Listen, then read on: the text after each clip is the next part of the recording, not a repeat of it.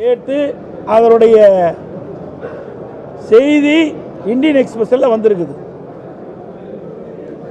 இன்றைய தினம் திரு ஸ்டாலின் அவர்கள் இந்த திட்டத்தை ரத்து செய்ய வேண்டும் என்று கடிதம் எழுதிய ஒரு நாடகத்தை அரங்கேற்றிருக்கின்றார். இந்த திட்டம் வருவதற்கு இன்றைய திமுக அரசாங்கம் தான் அனுமதி கோரி இருக்குது. இது பத்திரிகையில் வந்த செய்தி. இந்தியன் எக்ஸ்பிரஸில் அக்டோபர் 18, 23 இந்தியன் எக்ஸ்பிரஸ் பத்திரிகையில் வந்திருக்கிற செய்தி தான்.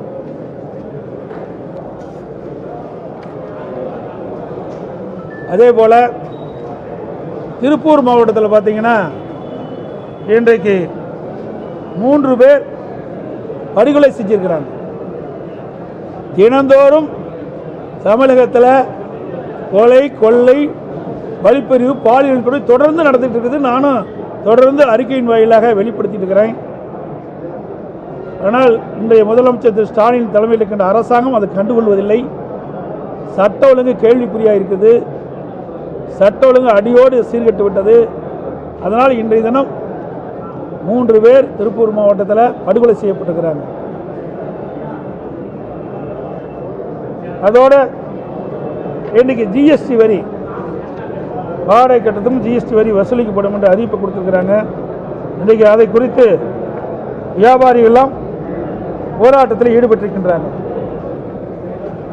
இதையெல்லாம் இந்த அரசு மத்திய அரசோடு தொடர்பு கொண்டு இதை ரத்து செய்வதற்குண்டான நடவடிக்கை மேற்கொள்ள வேண்டும். ஏன்னா கொரோனா காலத்தில் வணிகர்கள்லாம் கடுமையாக பாதிக்கப்பட்டுட்டாங்க. இந்த சூழ்நிலையில் வரி மேல் வரி போட்டு அவள் கடுமையாக பாதிக்கக்கூடிய சூழ்நிலையை இன்றைக்கு மத்திய மாநில அரசு ஈடுபட்டு என்பது வேதனைக்குரியது. எனவே மத்திய அரசை வலியுறுத்தி இந்த ஜிஎஸ்டி வரியை குறைப்பதற்குண்டான நடவடிக்கை மேற்கொள்ள வேண்டும் என்று இந்த விடியா திமுக அரசை கேட்டுக்கொள்கிறது. அதே போல இன்றைய தினம் நாகை மாவட்டம், மயிலாடுதுறை மாவட்டம், திருவாரூர் மாவட்டத்தில் கனமழையின் காரணமாக விவசாயிகள் பயிரிடப்பட்ட நெற்பயிரெல்லாம் அந்த வெள்ள நீரில் மூழ்கி கடுமையாக பாதிக்கப்பட்டிருக்கிறார்கள். அப்படி வெள்ளை நீரால் பயிர்கள் பாதிக்கப்பட்டதை கண்டறிந்து அந்த விவசாயிகளுக்கு இந்த அரசு இழப்பீடு தொகை வழங்க வேண்டும் என்று வேண்டுகோள் வைக்கின்றேன்.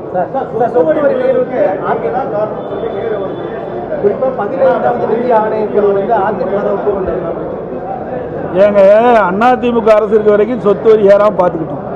ஆட்சி மாற்றம் ஏற்பட்ட பிறகு சொத்து வரியை உயர்த்திட்டு எங்க மேல பழி போட பார்க்கிறார். ஏன் எதுக்கு எடுத்தாலும் மத்திய அரசு எதுக்குன்னு சொல்றீங்களே? மத்திய அமைச்சர்லாம் கூட்டியாந்து விழா நடத்துறீங்களே? ஏங்க தமிழ்நாட்டு மக்கள் பாதிக்கப்படுகின்ற பொழுது இந்த சொத்து வரியை ரத்து செய்யக்கூடாது என்று வலியுறுத்துவதற்கு ஏதாவது போராட்டம் நடத்துனீங்களா? நாடாளுமன்றத்தில் குரல் கொடுத்தீங்களா? ஒண்ணுமே கிடையாது. எங்க மீது பழி போட்டு தப்பிக்க பார்க்கிறாங்க. இது ஆட்சி அதிகார இடத்தில் இருக்குது.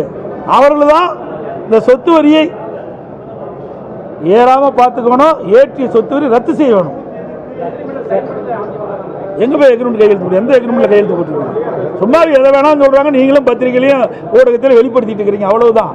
ஆட்சியில் இருக்கிறது தாங்க செய்ய வேணும். ஒரு ஆட்சியாளர்கள் என்னென்ன வாக்குறுதி கொடுத்தாங்களா இல்லையா? தேர்தல் அறிக்கையில் பார்த்தீங்களா? ஆட்சிக்கு வந்தா சொத்து வரி உயர்த்த மாட்டேன்னு சொன்னாங்களே, ஏன் உயர்த்தி இருக்கிறீங்க? அதை கேள்வி கேட்க மாட்டேங்கிறீங்க. நீங்க ஊடகங்கள் மூலம் பத்திரிகை அனுப்பலாம். 2021 திராவிட முன்னேற்ற கழகத்துடைய தேர்தல் அறிக்கையில் குறிப்பிட்டிருக்கிறாங்க.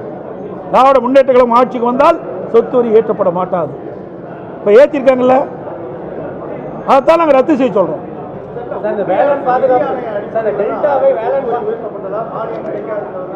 அப்படி இருக்கும்போது ஏன் 2021 சட்டமன்ற பொதுத் தேர்தல் போது மக்களை ஏமாற்றி ஓட்டுகளை பெறுவதற்காக இந்த பொய்யான வாக்குறுதி வெளியிட்டீங்களா? நீ பொய்யான வாக்குறுதி வெளியிட்ட காரணத்தினால தானே அந்த வாக்குறுதி நம்பித்தானே மக்கள் திமுக வாக்களிச்சு நீங்க ஆட்சியில் இருக்கிறீங்க. ஆட்சிக்கு வருவதற்கு எந்த பொய் வேணாலும் நீங்க சொல்லுவீங்க. ஆட்சிக்கு வந்த பிறகு அவருடைய தேர்தல் அறிக்கையை எல்லாம் மறந்துடுவீங்க.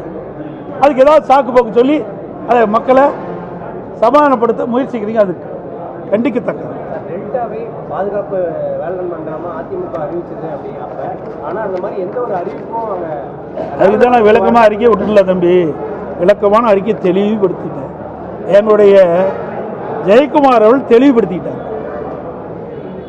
அதிமுக அரசு இருக்கின்ற பொழுது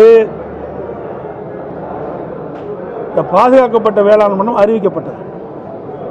வேளாண் துறை மாநில பட்டியலில் வருது. அதை புரிஞ்சுக்க, வேளாண்மை துறை மாநில பட்டியலில் வருது. திராவிட முன்னேற்ற கழகம் ஆட்சியில் 2010 ஆட்சி அதிகாரத்தில் இருக்கின்ற பொழுது நீத்தேன் புரிந்துணர்வு ஒப்பந்தம் போட்டது திமுக.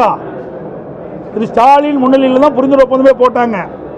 அது மட்டும் இல்லை, மத்தியிலே திரு டிஆர் பால் அவர்களும் திரு பல்வேல் மாணிக்க அவர்களும் மத்திய அமைச்சராக இருக்கும் பொழுதுதான் மீத்தேன் என்ற திட்டத்தையே கொண்டாந்தாங்க. பேட்டியிலேயே கொடுத்துருக்குறாங்க, எல்லாத்துலேயும் வந்திருக்குது, இந்த தொலைக்காட்சி மூலமாக வந்தது. கொண்டு வந்தது திமுக. அதை தடுத்து நிறுத்தி அதை ரத்து செய்வதற்கு உண்டான முயற்சி எடுத்தது, ரத்து செய்தது அதிமுக அரசாங்கம். இது மாநில பட்டியலில் இருந்த காரணத்தினால மாநில அரசாங்கமே சட்ட ஒழுங்குகளை கலந்து ஆலோசித்து சட்டமன்றத்தில் தீர்மானம் கொண்டு வந்து சட்டமன்ற கொண்டு வந்து நிறைவேற்றி மேத ஆளுநர்கிட்ட அதற்கு அனுமதி வாங்கி அறிவிச்சிருக்கிறோம்.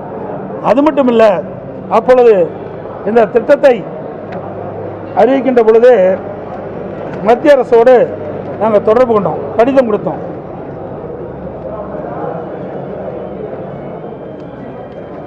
மத்திய அரசுக்கு கடிதம் எழுதணும். முதலமைச்சர் இருக்கும் பொழுது இந்த கடிதம் எழுதணும் மத்திய அரசாங்கம். அப்பொழுது என்னுடைய ஜெயக்குமார் அவர்களே அப்பொழுது மத்தியில் இருக்கின்ற சுற்றுச்சூழல் துறை அமைச்சரை பார்த்து இந்த கடிதத்தை கொடுத்தாங்க. அப்போ சுற்றுச்சூழல் மத்திய சுற்றுச்சூழல் அமைச்சர் மத்தியில் இருக்கின்ற சுற்றுச்சூழல் அமைச்சர் நான் உங்களுக்கு நான் பதில் கொடுக்குறேன், விரைவாக அதற்கு பதில் கொடுக்க சொல்லி எங்களுக்கு பதில் கொடுத்தாரு. அப்போ சொன்னார், இது வேளாண் துறை மாநில பட்டியலில் வருது, அதனால் நீங்களே இதற்கு சட்டம் இயற்றி இந்த பாதுகாக்கப்பட்ட வேளாண் மண்டலத்தை கொண்டு வரலாம்னு சொன்னாங்க. அதன் அடிப்படையில் தான் நான் கொண்டு வந்தேன். அந்த அடிப்படை இருக்கிற காரணத்தால் தான் 5 ஆண்டு காலமாக டெல்டா மாவட்டத்தில் எந்த விவசாயிகள் பாதிக்கக்கூடிய எந்த திட்டத்தையும் கொண்டு வர முடியல. அதை ஸ்டாலின் அவர்களே சட்டமன்றத்தில் தெரிவிச்சிருக்காரு. முல்லை பெரியாறு பாசன பகுதியையும் பாதுகாக்கப்பட்ட வேளாண் மண்டலமாக அறிவிக்கணும் விவசாயிகள் கோரிக்கை வைக்கிறாங்க. அது இந்த அரசாங்கம் தான் செய்யணும். அனைத்து இந்திய அண்ணா திராவிட முன்னேற்ற கழக அரசுகின்ற பொழுது இதே புரட்சித் தலைவி அம்மா இருக்கின்ற பொழுது உச்சநீதிமன்றத்தில் அது வழக்கு நடந்துட்டு அந்த வழக்கு நடைபெற்றுகின்ற பொழுது 136 142 அடியாக உயர்த்தி கொள்ளலாம் என்று முதற்கட்டமாக உச்சநீதிமன்றம் தீர்ப்பு கொடுத்தது. அதன்படி அம்மாவில் இருக்கின்ற பொழுது 136 அடியிலிருந்து 142 அடியாக நீர்மட்டத்தை உயர்த்தப்பட்டது.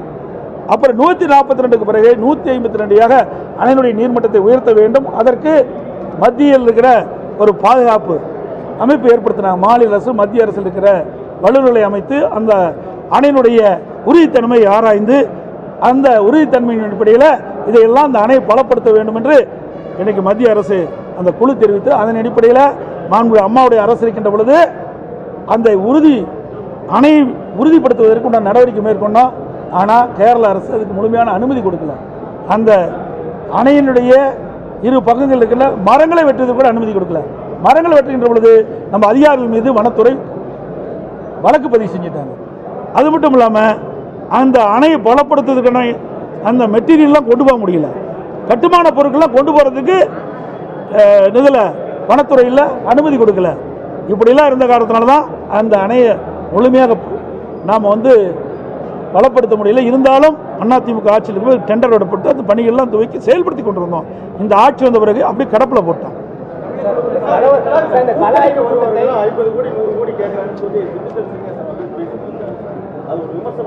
ஆமாம், திமுக கொடுத்ததில்ல, அதுதான் சொல்கிறாரு. ஏங்க எங்ககிட்ட எப்படி வருவாங்க? திமுக தான் கணக்கிலேயே கொடுக்குறாங்கல்ல. யார் கொடுத்தான்னு தெரியுமில்ல. 10 கோடி 15 கோடி கணக்கிலேயே கொடுத்தாங்க. அப்படி கொடுக்கின்ற பொழுது எங்களை எப்படி வருவாங்க? நாங்கள் எப்படி கொடுக்க முடியும்? அப்படிங்கிற பொருள்பட்டு தான் அவர் பேசினார். அதிமுக கூட்டம் கலாய்வு கூட்டத்தை கலவர கூட்டம் அப்படின்னு சொல்லி துணை முதல்வர் விமர்சிச்சிருக்காரு. ஆமாம், அவர் மிகுந்த அனுபவம் உள்ளவர். கலவர கூட்டம்னு எங்கே நடந்தது? திமுகவில் நடந்தது. அவர் மறந்து பேசுகிறாரு. திருச்சியில் மாநில உறுப்பினர் திரு சிவா வீட்டில் போய் யார் தாக்கினது? திமுக காரனை காரை உடைச்சான், கண்ணாடி உடைச்சான். அது புகார் கொடுக்க காவல்துறைக்கு போகிறாங்க. காவல் நிலையத்தில் அடித்து உதைக்கிறாங்க. அங்கே ஒரு காவல் பெண்மணி போய் தடுக்கிறாங்க, கையை உடைக்கிறாங்க. எல்லா தொலைக்காட்சியிலையும் காட்டினீங்க. அதுதான் கலவரம்.